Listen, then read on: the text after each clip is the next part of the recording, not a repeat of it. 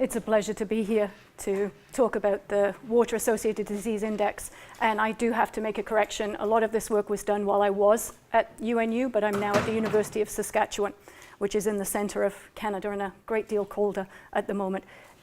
I'm assuming the microphone is on. I can't hear feedback, so we're good to go. Before I start, I'd like to acknowledge the people who've worked with me and the institutions who've been funding this work, particularly Sarah Dickin, who was a PhD student of mine who operationalized the Water-Associated Disease Index, and Brett and Laura, who are interns at UNU, who advanced some of the elements of the index, and the Canadian Institutes for Health Research, and my program core funding at UNU. I'm not talking about an outbreak prediction tool here. The Water-Associated Disease Index was developed to make use of existing data to improve resource allocation decision-making at the local and national levels. And so it really is framed in terms of the roots of vulnerability, the fact that they vary over space and over time, and can we develop an index that provides some future, as I say, resource allocation, decision support, but also in terms of where you might want to place surveillance systems in light of potential hotspots for vulnerability in the future, and where do health professionals need to be made aware of a shift in symptoms. So where is flu just flu, and where could it be dengue? And when might that transition occur?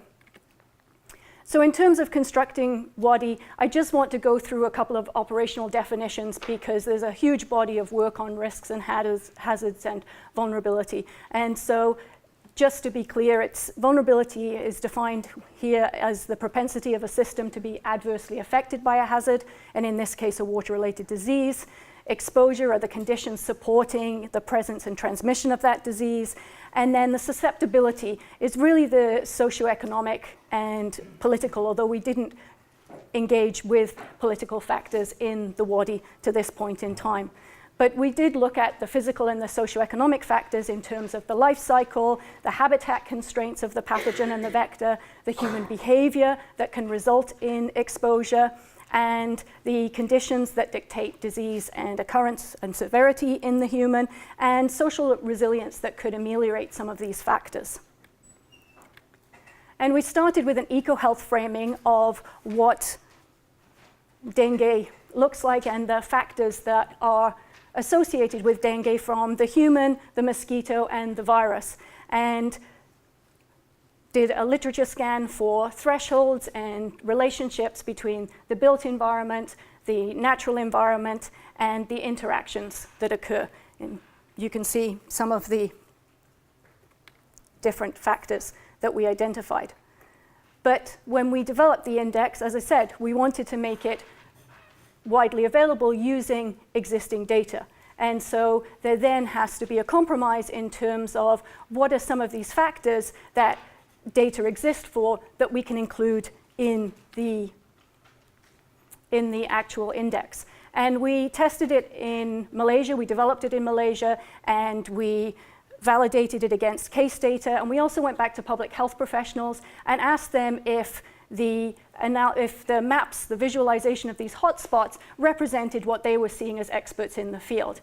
And not only were they able to validate it, but they were actually able to derive some explanation of some of the anomalies that they'd seen that they weren't quite sure how it had happened. So it was a dialogue tool, and it was useful from that perspective.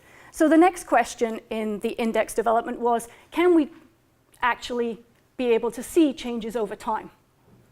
And so in order to examine changes over time, we undertook, Sarah undertook a case study in northeast Brazil. And you can see here we used the 2000 and 2010 census data, and we looked at the changes over time between 2000 and 2010, and you can see that there are changes in vulnerability in terms of improvements, but also decreases.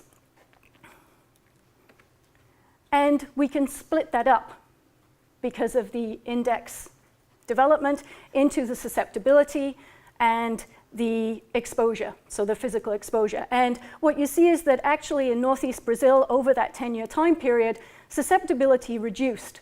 And it was mainly because of investments by the government in drinking water, in increased health systems, and in solid waste management. And the changes in exposure that you can see, particularly the increases in exposure vulnerability, were in regions where there was land use change and a conversion from natural vegetation to either agriculture and to urban. And so there were also increases in population density in those regions. So we were able to pick up on those on those changes over time. And then we asked the question, well, can we go global?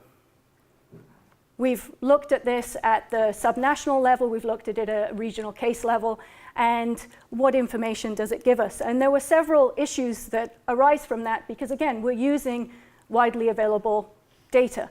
And so we needed baseline thresholds rather than the relative, particularly for some of the social data.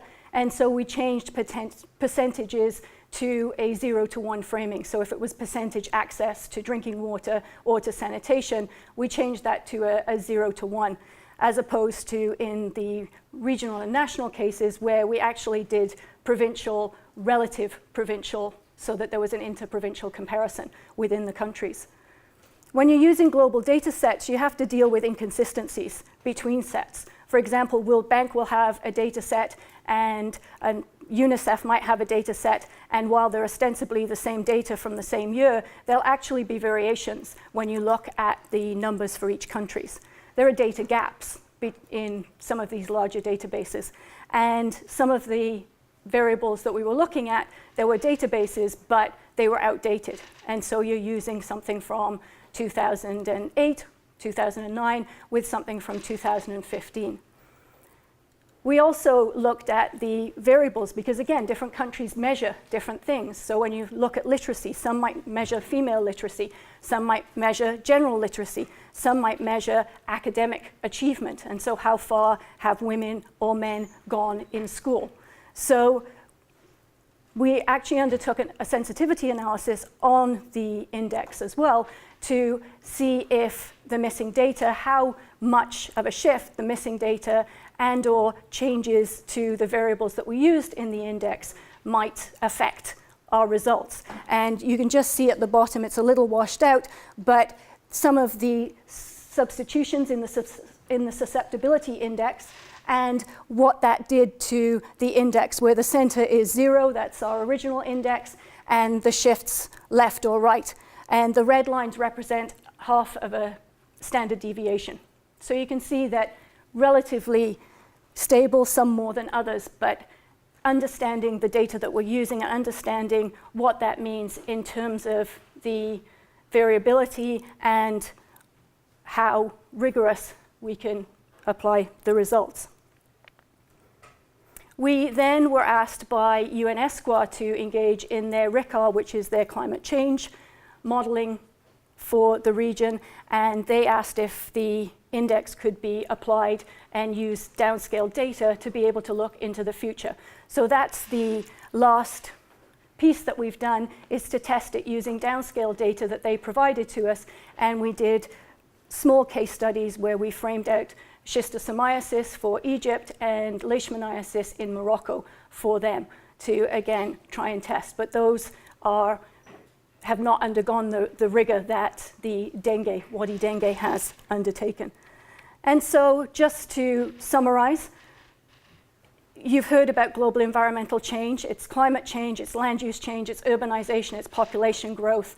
And so, again, I don't need to lay out the potential implications. Mark did that earlier. But there's also the Sustainable Development Goals that have been mentioned now, and leaving no one behind. And so how do we reach the most vulnerable? How do we reach the most remote in what we're doing? And the issue of spatial heterogeneity, and under global environmental change, this is going to change in ways that we're not entirely sure. So should an index like WADI be increased in terms of sophistication, better data? Should we be including some of the models as part of it? What does that mean then when you're applying the index in low resource settings? Again, with the prediction. Other diseases, which we've started to explore. It's a framework and based out of the EcoHealth framing, and how many more diseases, what is it logical to apply it to, what is it useful to apply it to. And finally, a portal opportunity so that everyone can access this rather than just at the moment through a geographical information system that can be prohibitively expensive. Although we did test it with freeware, the grass, so it is possible to put it up on the internet using a free GIS interface. So that's it. Thank you very much.